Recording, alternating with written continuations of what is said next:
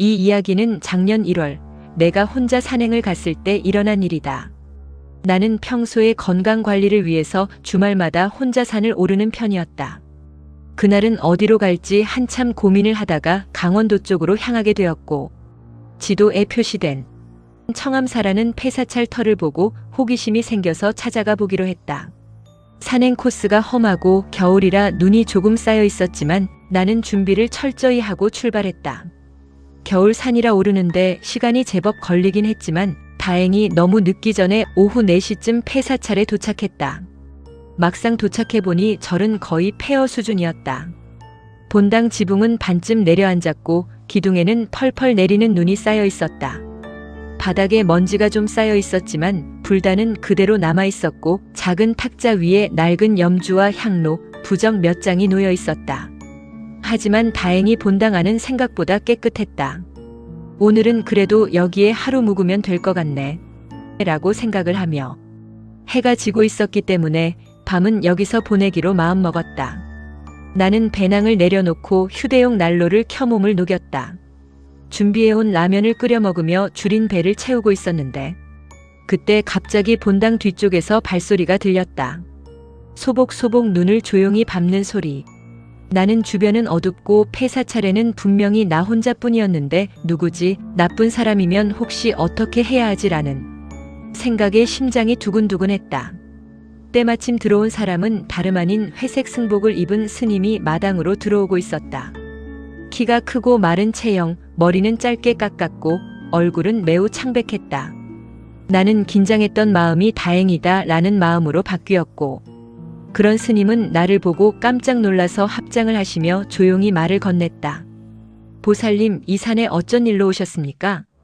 나는 조금 당황했지만 예의 바르게 대답했다. 산행하다가 길을 잃어서요. 찾아보니 폐사찰이라 해서 들어왔습니다. 오늘 밤 여기서 쉬어도 될까요? 스님은 부드럽게 웃었다. 물론입니다. 이곳은 오랜 세월 동안 상객들을 받아왔습니다. 추우시니 여기서 주무십시오. 제가 따뜻한 물을 드리겠습니다. 스님은 본당 한쪽에 작은 난로를 더 피워주고 말린 나물로 간단한 죽도 끓여주셨다. 식사하면서 우리는 이야기를 나눴다. 스님은 이 산은 예부터 영험한 곳이지만 동시에 위험한 곳이기도 합니다라고 했다. 특히 겨울밤에는 다른 것들이 더 활동하죠. 나는 어차피 하루만 머물고 갈 거고 혼자 자는 것보다 스님이 같이 있으니 더 안심이다 라는 생각에 스님의 말을 듣고도 집중해서 듣지 않고 크게 신경 쓰지 않았다. 그렇게 한참 담소를 나누다가 스님은 밤 10시쯤 저는 새벽에 기도드리러 나가야 하니 먼저 주무십시오라고 하고 본당 뒤쪽 작은 방으로 들어가셨고, 나도 내일 일찍 산을 내려가야지 라는 생각에 난로 옆에 누워 잠을 청했다. 산속이라 추웠지만 난로 덕분에 몸은 따뜻했다. 그런데 새벽 2시 30분쯤 이상한 소리에 나는 눈이 번쩍 떴다. 본당 안에서 누군가 숨을 이상하게 쉬는 소리가 들렸다. 아주 느리고 길게 물에 잠긴 듯한 숨소리였다. 나는 조용히 몸을 일으켜 소리가 나는 쪽으로 조심조심 다가갔다. 스님이 주무신다고 했던 작은 방문이 살짝 열려 있었다. 문틈으로 안쪽을 살짝 들여다보는 순간 내 심장이 멎는 줄 알았다. 나는 꿈인 줄 알았다. 스님은 바닥에 앉아 있었다.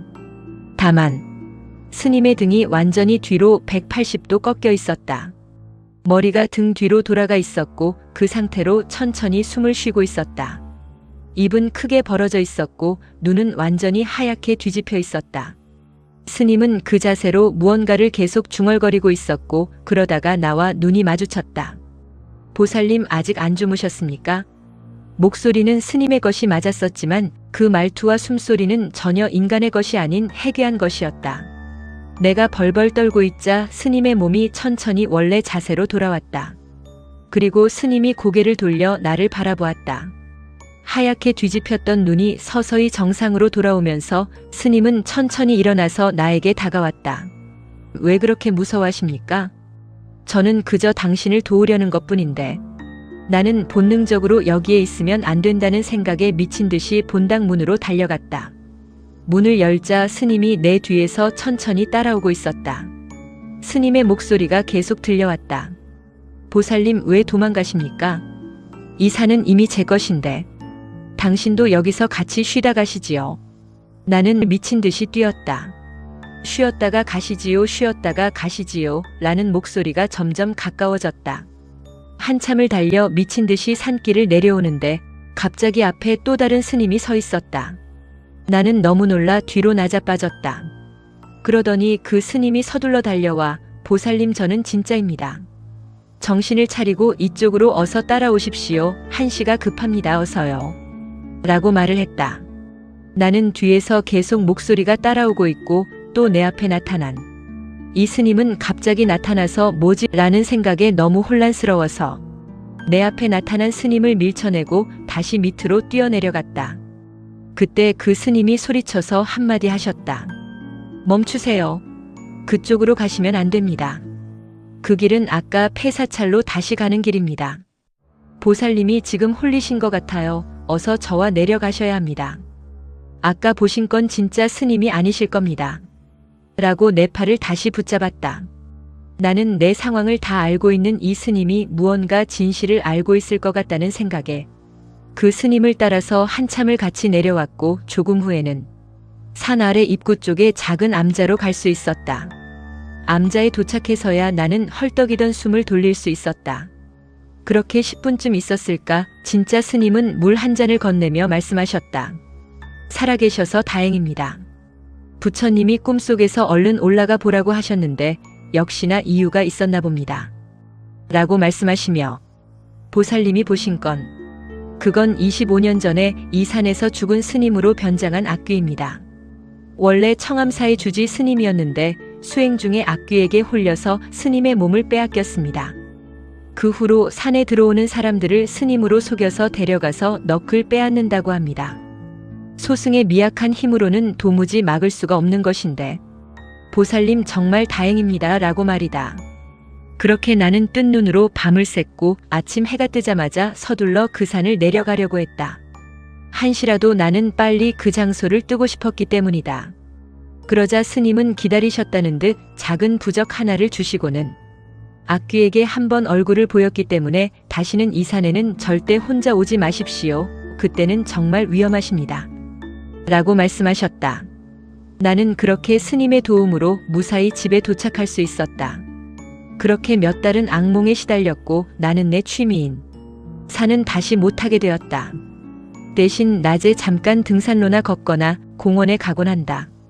그날 밤 승복을 입은 채로 등을 180도 뒤로 꺾은 자세로 스님의 모습이 잊혀지지 않기 때문일 거다. 그 스님은 아직도 그 폐사찰에서 새로운 손님을 기다리고 있을 것이다. 그리고 언젠가 또 다른 산행객이 그 폐사찰에 들어가게 될지도 모른다. 그때 그 사람은 스님의 따뜻한 미소와 부드러운 목소리를 나처럼 믿을 것이다. 나는 그저 그 사람이 부디 나처럼 운이 좋아서 살아서 내려오길 바랄 뿐이다.